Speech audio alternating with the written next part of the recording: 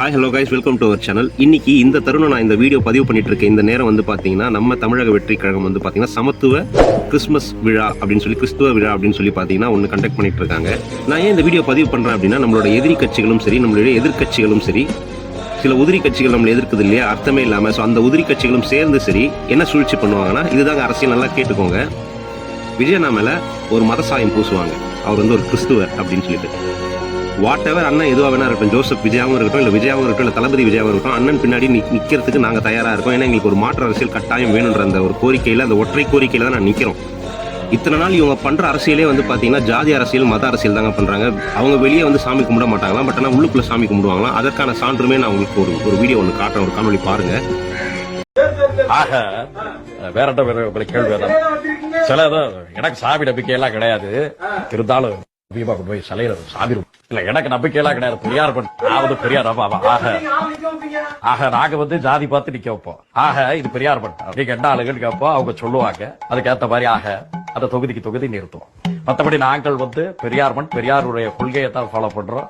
என்றைக்குமே நாங்கள் ஜாதி பார்த்துக்கிறேன். நீங்க என்ன ஆளுங்க, ஆக அந்த ஆளுங்களா, நீங்க அந்த தொகுதியில் இருந்து ஆக சார்பற்ற மனிதரை தான் பார்க்குறோம். அவர் எல்லாருக்கும் எல்லாமுமா இருப்பாருன்னு நம்ம நம்புவோம். ஸோ அவரை ஒரு மதத்தில் சுருக்கிட வேண்டாம். அவர் ஹிந்துனா ஹிந்து, கிறிஸ்டின்னா கிறிஸ்டின், முஸ்லீம்னா முஸ்லீம். ஸோ எல்லாருக்காக அவர் வந்து போராடுவாருன்ற நம்பிக்கை களத்தில் எங்களுக்கு இருக்குது. ஸோ மக்களாகிய நீங்களும் அவர் பக்கம் நிற்கணுன்றது தான் என்னோட தாழ்மையான வேண்டுகோள்.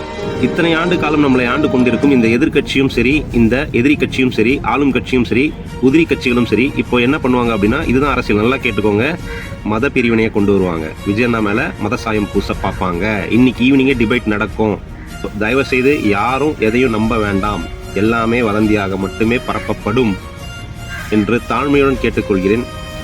ஸோ நம் சக தோழர்களாகிய கிறிஸ்துவர்களுக்கும் இந்த அமைப்பினரை சேர்ந்தவர்களாக இருந்தாலும், அதாவது பிந்தகோஸ்னு சொல்லுவாங்க, கேத்தலிக்னு சொல்லுவாங்க. ஸோ இந்த மாதிரி எந்த அமைப்பினை சார்ந்த நம்மளுடைய சக நண்பர்கள், தோழர்கள் ஆகட்டும், எல்லாருக்கும் கிறிஸ்மஸ் தின நல்வாழ்த்துக்கள். வருகின்ற புத்தாண்டும் கிறிஸ்மஸும் நமக்கு நல்லவையாகவே அமைய எல்லாம் வல்ல அந்த இறைவனை பிரார்த்திக்கிறேன். ஸோ நல்லதே நடக்கும், நல்லது மட்டுமே நடக்கும். வெற்றி நிச்சயம். மீண்டும் சந்திப்போம்.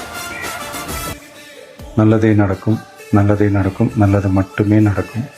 வெற்றி நிச்சயம்.